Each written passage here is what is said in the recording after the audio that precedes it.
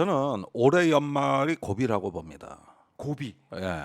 어떤 면에서 그렇습니까? 일단 올해 벌써 세수 결손이 40조가 넘었어요. 40조예요. 40조, 39조 몇천억 됐는데 뭐 더 늘어날 수도 있다. 연말이면 그러더라고요. 5, 60조 되는 거죠. 그것도 잘 봐줘서. 만약에 상저하고라고 해서 하반기 경기가 좋아지게 된다면 예. 줄일 수 있겠지만 절대 안 좋아져요. 하반기도 어렵다는 얘기가 아니 또 나오고 그러니까 있잖아요. 이거예요. 예. 제가 지난주에 중국에 있었잖아요. 네. 그리고 거기 경제 상황을 보고 돌아와서 그 관련 그 기사 논문들을 좀 뽑아봤는데, 자 중국이 코로나 제로에서 탈피해서 회복이 생각보다 더디고 느리다는 거거든요. 그렇다고 하더라고요. 왜 그럴까? 음, 오히려 기저 효과로 더 폭발해야 되는데. 리오프닝 됐으니까 예. 소비도 팍팍 늘고 예. 우리 수출도 잘 되고 막 이래야 되는데. 예. 근데 어제 포린 폴리시에 장문의 기사가 실렸는데 네. 나는 이게 일리 있는데, 내가 중국 가서 본 거하고도 그 일견 좀 통하는 면이 있다고 보는 건데, 이게 뭐냐면은 코로나를 겪으면서 중국 기업인들과 소비자들한테 신호가 간 거예요. 어떤 신호? 저 변덕스러운 당에 네. 경제 개입이 언제 있을지 모르기 때문에 지금은 안전자산에 투자해야 된다. 한번 되었다는 거죠. 안전자산을. 한번 예. 되었다는 거죠. 코로나 때. 그러니까 이게 바로 권위적 정부가 경제에 함부로 개입하고 생활과 저기 일상 경제를 통제했을 때 네. 봉쇄가 돼서. 언제 또 통제당할지 모른다는 심리가 얼어붙게 만든다는 거거든요. 그럴 수 있겠네요. 그러면 어떤 일이 벌어지냐 하면은 네. 단기적인 유동성을 선호합니다. 그러니까 내가 쓸 수 있는 손해진 돈을 선호하는 거지, 이걸 갖다가 기업에 투자한다거나 아니면 과소비를 해서 네. 그걸 갖다가 낭비해서는 안 되는 거예요. 얼어붙는 거죠. 미래가 어떻게 될지 불투명하니까. 예. 그렇게 되면은 전반적인 생산 활력이 떨어지는 거거든요. 그렇죠. 투자하고 미래를 위해서 뭔가 막 일도 열심히 하고 그러면서 소비도 하고 막 그래야 되는데. 지금 서구의 언론들이 보는 거는 네. 중국 경제 언제 꼬라박을까, 요거 기다리는 거거든. 왜요? 아니 그래야 싸게 중국을 그냥 살려고? 저기 부상하는 중국을 찍어 누르고 싶어 하니까. 중국의 몰락을 기다리고 있다, 서방 세계는. 근데 그 지적은 말입니다. 네. 맞는 지적이긴 하지만 우리는 안 그런가? 아니 지금 우리도. 이 나라의 예. 가장 큰 구조적 결점이 뭐냐 하면은 안보부서가 경제부서를 통제하고 있다는 겁니다. 그래서 우리가 경제안보라는 얘기를 네. 많이 하잖아요. 이번에 8월 18일 날 캠프 데이비드에서 한미일 정상회의가 열려요. 네. 그 주제가 경제안보예요. 그래요?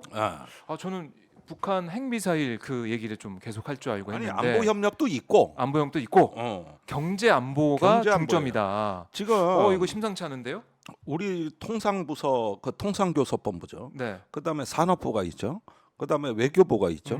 그다음에 경제부가 있어요. 네. 우리나라의 이 부처 기관들은 지금 빨리 중국하고 대화를 하고 싶어해요. 그렇죠. 중국하고 무역 대화, 경제 협력 대화, 기후 위기 협력 대화 이런 걸 하고 싶어요. 네. 하고 싶어하는 정도가 아니라 절박해. 지금 아무래도 중국에 좀 어떻게 연결돼 있는 경제적인 부분이 많기 때문에 얘기를 관리가 해야 안 되잖아요. 되니까. 네, 소통을 그러면은 해야 되잖아요. 보세요. 저기 이걸 하루라도 빨리 하고 싶어 하는데 누가 맡고 있을까? 안보 쪽에서 맡고 있는 건가요? 대통령 안보실이에요. 김태효 눈치 보는 거예요. 그러니까 경제 안보 프레임이 나오고 난 뒤에 네. 경제 논리로 안보를 한다는 게 아니라 안보의 논리로 경제를 한다가 돼 버렸어요. 예전에는 안미경중 해가지고 우리가 안보는 미국, 뭐 경제는 중국 이렇게 해서 뭐 투트랙으로 대응을 해 왔잖아요. 네. 쭉 왔는데 이제 그게 없어진 거죠. 없어져요. 아예 합치가 된 거예요. 안보랑 그러면은 경제가. 보세요.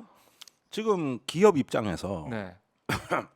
저기 중국하고의 이런 문제가 단절이 되고 탈중국 가능성이 나오고 그러면 이제 기업이 제일 싫어하는 게 예측 불가능입니다. 맞아요. 시장의 불확실성, 이게 제일 위협이거든.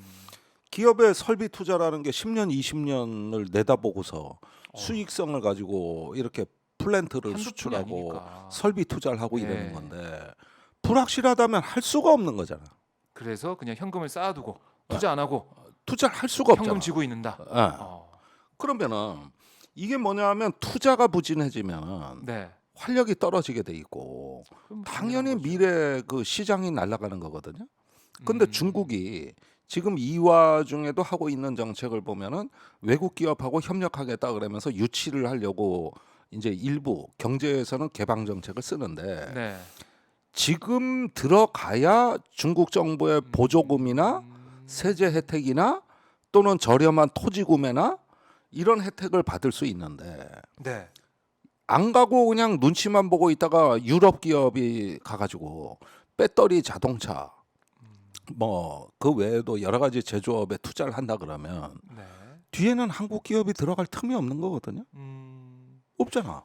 그렇죠. 아니 근데 대통령실에서는 그런 얘기 하지 않습니까? 이른바 탈중국. 그러니까 중국과의 연관성이 줄어들고 있고 이거 새로운 시장 뭐 유럽이라든지 다른 시장을 개척하면서 그걸 만회하겠다. 그러니까 이게 꼭 안보 때문이라고도 볼 수가 있지만 그게 아니라 중국의 경제 상황이 달라지고 있다. 그러니까 우리가 우리 기업들이 가서 역할해가지고 돈을 벌 수 있는 그런 구조가 사라지기 때문에 어차피 탈중국은 해야 되는 거다.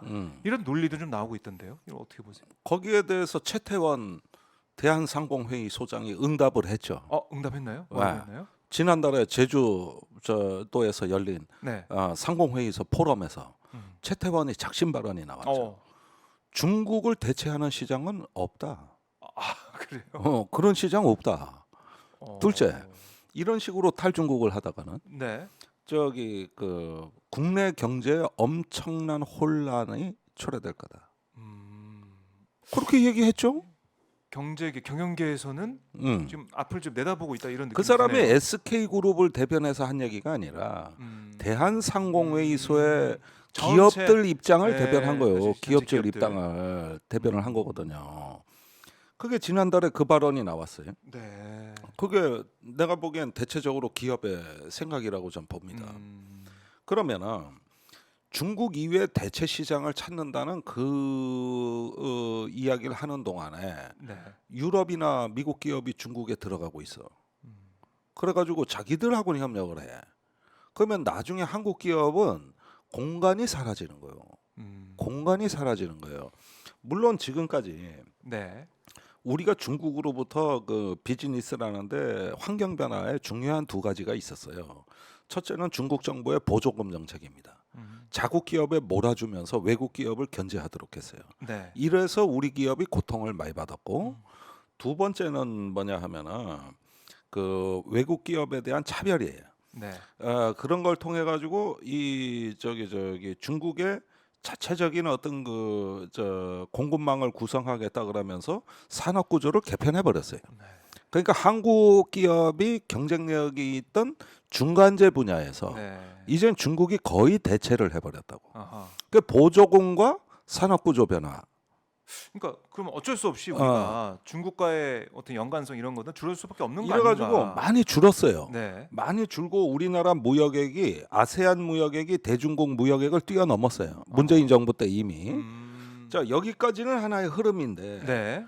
근데 주력 산업은 예나 지금이나 변함없이 반도체, 예. 배터리 이런 어떤 그 중요 핵심 품목에 대해서는 그 영향을 받지 않고 굳건히 중국 시장을 지켜온 것이지. 네. 근데 지금 그게 흔들리고 있는 거거든요. 그렇죠. 이제 반도체 같은 경우도 미국에서 사실상 네. 마이크론의 빈자리 채우지 마라 뭐 이런 얘기가 나오고 있으니까. 네. 그런데 여기서 경제 안보 프레임이란 건 뭐냐면은 네. 그거 이제 김태호가 그 1차장이 앞장서서 한 건데 이건 뭐냐면은 안보상의 그 이익을 훼손당하지 않기 위해서 경제적 이익을 훼손할 수 있다. 이 뜻입니다. 그러니까 안보 경제 투 트랙으로 이제 같이 가는 게 잘해보자라는 게 아니라 안보가 이제 위에 있고 경제는 하부 구조에 있는 거예요. 네. 그러니까 안보를 위해서는 경제도 희생할 수 있다. 희생할 수 있다. 상부 구조, 하부 구조처럼. 예, 그러니까 중국하고는 대화할 필요가 없는 거다. 그거 해가지고 괜히 지금 탈중국 하고 있는데 네. 뭐하러 대화해가지고 그 괜히 뭐 협력한다 이제 왜 하냐니. 안보가 흔들릴 수 있다. 안보가 흔들릴 수 있다. 그러면서 그런 대통령실의 주장. 그러니까 기업이 이제 투자를 해야 돼 말아야를 결정 못하고 완전히 패닉 상태에 빠지는 거예요. 그런데 20년, 30년 후까지 내다보면 지금 예측 가능하다는 게 별게 아니에요. 네. 정치가 개입하지 않는 거예요.